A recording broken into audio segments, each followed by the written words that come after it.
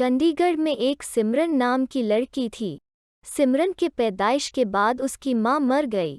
सिमरन की माँ की मौत के बाद सिमरन के पिता ने दूसरी शादी कर ली ताकि वो सिमरन की देखभाल और परवरिश कर सके, क्योंकि सिमरन के पिता को ऑफिस के लिए जाना होता था।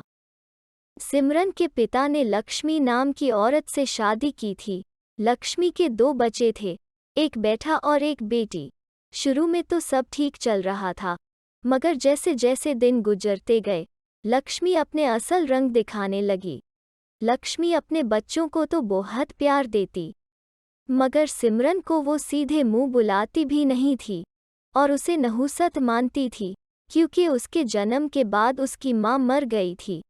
लक्ष्मी के अपने बच्चे तो स्कूल जाते थे, मगर उसने सिमरन का स्कूल छुड़वा दिया ताकि वो घर के काम कराए। सिमरन ने बहुत मन किया कि माँ ऐसा मत करो, मैं बहुत पढ़ना चाहती हूँ और अपने पिता का नाम रोशन करना चाहती हूँ। मगर लक्ष्मी कहने लगी, अगर तू पढ़ने जाएगी तो घर के काम कौन करेगा। लक्ष्मी ने काम वालियों की भी छुट्टी कर दी और घर का सारा काम सिमरन से करवाती थी, जबकि उसके अपने बच्चे मजे से आराम कर रहे होते थे।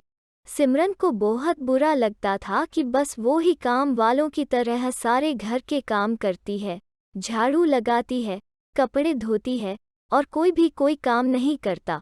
और बात यहाँ तक ही नहीं रुकी, लक्ष्मी ने सिमरन को मारना पीटना भी शुरू कर दिया। अगर सिमरन से गलती से कोई काम गलत हो जाता या वो देर से उठती, लक्ष्मी सिमरन की पिटाई करती।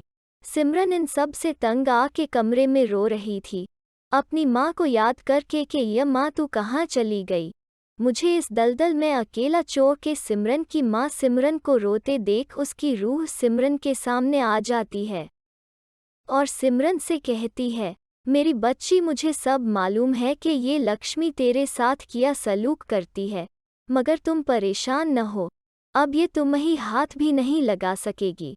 अगले दिन जब लक्ष्मी सिमरन पे चिल्ला रही थी, सिमरन की माँ अचानक से सामने आ जाती है और लक्ष्मी की पिटाई करती है और धमकी देती है कि आइंदा मेरी बच्ची से कोई काम करवाया या उसको मारा पीटा तो उससे बुरा कोई नहीं होगा। लक्ष्मी बहुत डर गई और इस दिन के बाद लक्ष्मी वो वाली लक्ष्मी रही ही ना, और घर के काम वो खुद करने लगी और अब से सिमरन को बेटियों वाला प्यार मिलने लगा।